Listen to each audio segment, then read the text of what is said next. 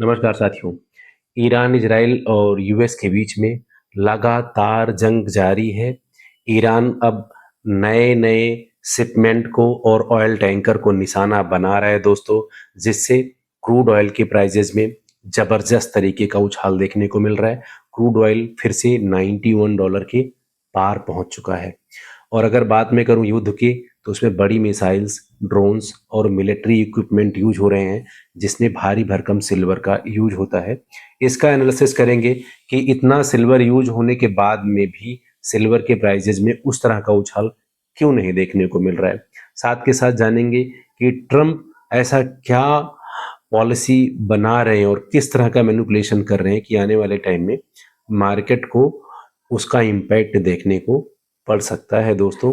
साथ के साथ जानेंगे कि रसिया के लिए ये वॉर क्यों लॉटरी के बराबर है और वो $90 के ऊपर अपने ऑयल को, क्रूड ऑयल को बेच रहा है, जो 64-65 पे था, अब वो 90 के ऊपर सेल कर रहा है दोस्तों। इसका इंडिया पे क्या इम्पैक्ट है, महंगाई पे क्या इम्पैक्ट है, आने वाले टाइम में प्राइजेस क्या रहने वाले हैं, इन सभी विषयों में डिटेल में बात करेंगे दोस्तों। सबसे पहले बात करते हैं वॉर की।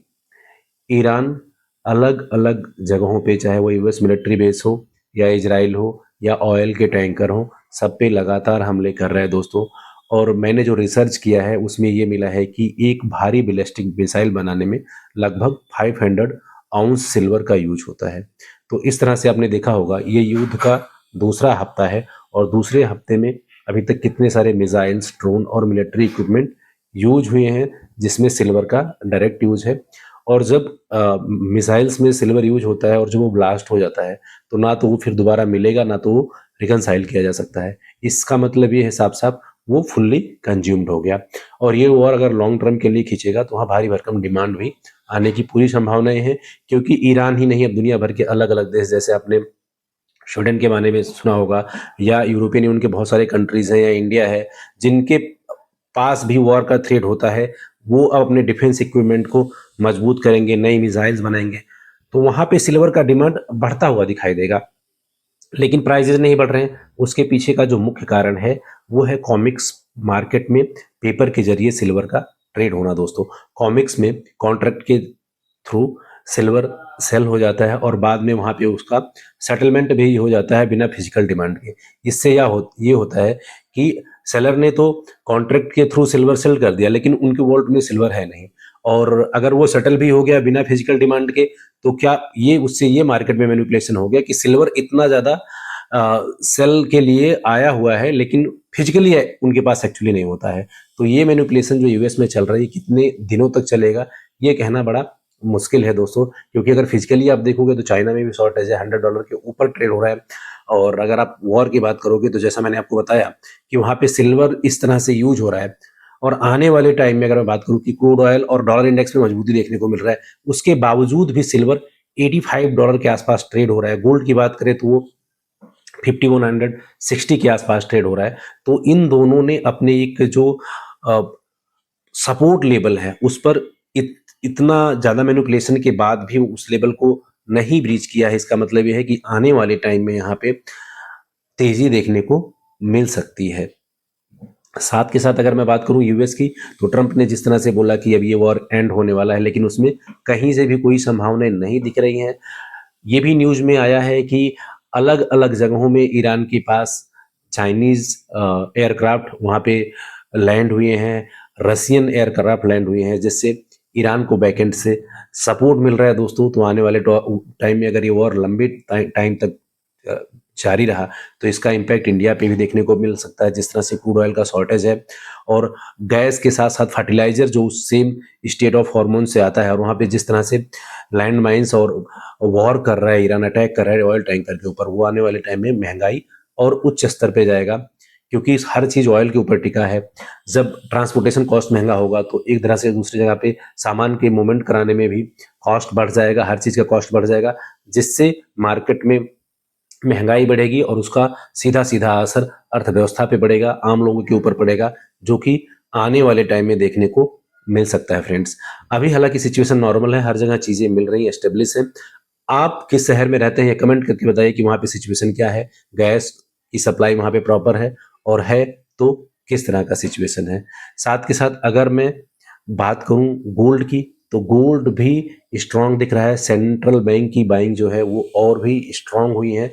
जिस तरह से जब रसिया और यूक्रेन के बीच में वॉर हुआ था और यूएस ने डॉलर रिजर्व को वहां पे फ्रीज कर दिया था, उसके बाद में जितने सारे बड़े कंट्रीज हैं वो लगातार गोल्ड की बाइंग अभी भी कर रहे हैं और बढ़ा दिया गया है। मैं नया स्टेटस बता रहा हूँ आपको, ये बढ़ा दिया गया है क्योंकि अब कोई भी यूएस डॉलर में रिजर्व नहीं रखना चाह रहा है, क्योंकि उसको अमेरिका कभी भी फ्रीज कर सकता है और उनकी इकोनॉमी ऐसे ही स्लो डाउन है। और 18 तारीख को, इस 18 तारीख को उनके फेडरल बैंक का मीटिंग है 18 मार्च को। उसमें देखना ये होता है कि रेट कट के ऊपर कुछ बात होती है या नहीं होती है दोस्तों। लेकिन जब मई में उनके नए फेडरल चेयरमैन आ जाएंगे तो मेन इम्पैक्ट उसके बाद जून वाली मीटिंग में देखने को मिलेगा कि वहां पे कुछ रेट कट हो सकता है कि नहीं हो सकता है दोस्तों। तो ओवरऑल ये है, ऑयल के प्राइसेस में जबरदस्त तरीके का उछाल है, जिसकी वजह से इक्विटी मार्केट पे, सिल्वर पे, गोल्ड पे भारी प्रेशर है। और वॉर में जो इक्विपमेंट यूज हो रहे हैं उसमें भारी भरकम सिल्वर का यूज हो रहा है, लेकिन उसका प्राइस नहीं बढ़ रहा है क्योंकि जिस हिसाब से यूएस में मैनिपुलेशन चल रहा है। तो ये देखना बड़ा दिलचस्प होगा कि ये कितने दिन तक चलेगा। और आने वाले टाइम में अगर फिजिकल का डिमांड इसी तरह से बना रहेगा तो प्राइस एस्केलेट होने के पूरे संभावनाएं हैं। आप कमेंट करके बताइए कि ये कितने दिन में ये चीजें हो सकती हैं, क्योंकि वॉर कितने दिन तक चलेगा ये भी अनसर्टेन है। जियो पॉलिटिक्स बहुत जबरदस्त तरीके से चल रहा है। जिस हिसाब से रसिया कह रहा है कि वो यूरोप का जो गैस और ऑयल का सप्लाई वो पूरी तरह से बंद कर देगा, क्योंकि यूरोप की जो कंट्री है वो ये यूक्रेन को सपोर्ट करते हैं और यूक्रेन और रसिया में पिछले कई सालों से वॉर चल रहा है, तो रसिया को वहाँ भारी भरकम नुकसान हो रहा है उस वॉर को लेकर के। तो वहां पे देखना ये भी बड़ा होगा दिलचस्प कि वो रसिया डिसीजन कब लेता है। तो चाहे जियो पॉलिटिकल टेंशन हो या फिर ये जो करंट वॉर चल रहा है ये हो, साथ के साथ जिस तरह से इंडिया में सप्लाई इंपैक्ट हो रहा है और इक्विटी मार्केट पे जबरदस्त तरीके का प्रेशर है, इन सभी चीजों को देखते हुए और ट्रंप का अलग अलग तरह का स्टेटमेंट आना कि कभी वो बोलते हैं कि वॉर बंद हो जाएगा, लेकिन उसमें कोई कमी नहीं है क्योंकि ईरान लगातार अटैक कर रहा है, तो उस वहां पे भी एस्केलेशन लगातार जारी है। तो आने वाले टाइम में चीजें अनस्टेबलाइज दिख रही हैं। सिल्वर और गोल्ड की प्राइजेज वहां से मूवमेंट देखने को मिल सकता है, क्योंकि ये एक ऐसे रियल एसेट्स हैं जो कि आने वाले टाइम में इसमें कहीं ना कहीं, चाहे आपका वॉर का सिचुएशन हो, जियो पॉलिटिक्स हो या फिर महंगाई हो, हर तरफ इनके प्राइजेज में तेजी देखने को मिलती है दोस्तों। तो आप कमेंट करके बताइए कि जो प्राइस की स्टेबिलिटी है वो कब और कितनी बढ़ेगी। अगर मैं रेजिस्टेंस की बात करूं तो सिल्वर का अभी $92 है, अगर $92 ब्रेक करेगा तो $96 और $100 तक भी जा सकता है। और सपोर्ट लेवल अभी $82 पे बहुत मेजर सपोर्ट लेवल उसको है। और अगर मैं गोल्ड की बात करूं तो गोल्ड का सपोर्ट लेवल बहुत ही स्ट्रांग है 5000 पे, और रेजिस्टेंस लेवल पहला जो है वो $5400 का है। तो ये आज के वीडियो में इतना ही दोस्तों, मिलते हैं नेक्स्ट सेशन में। Thank you.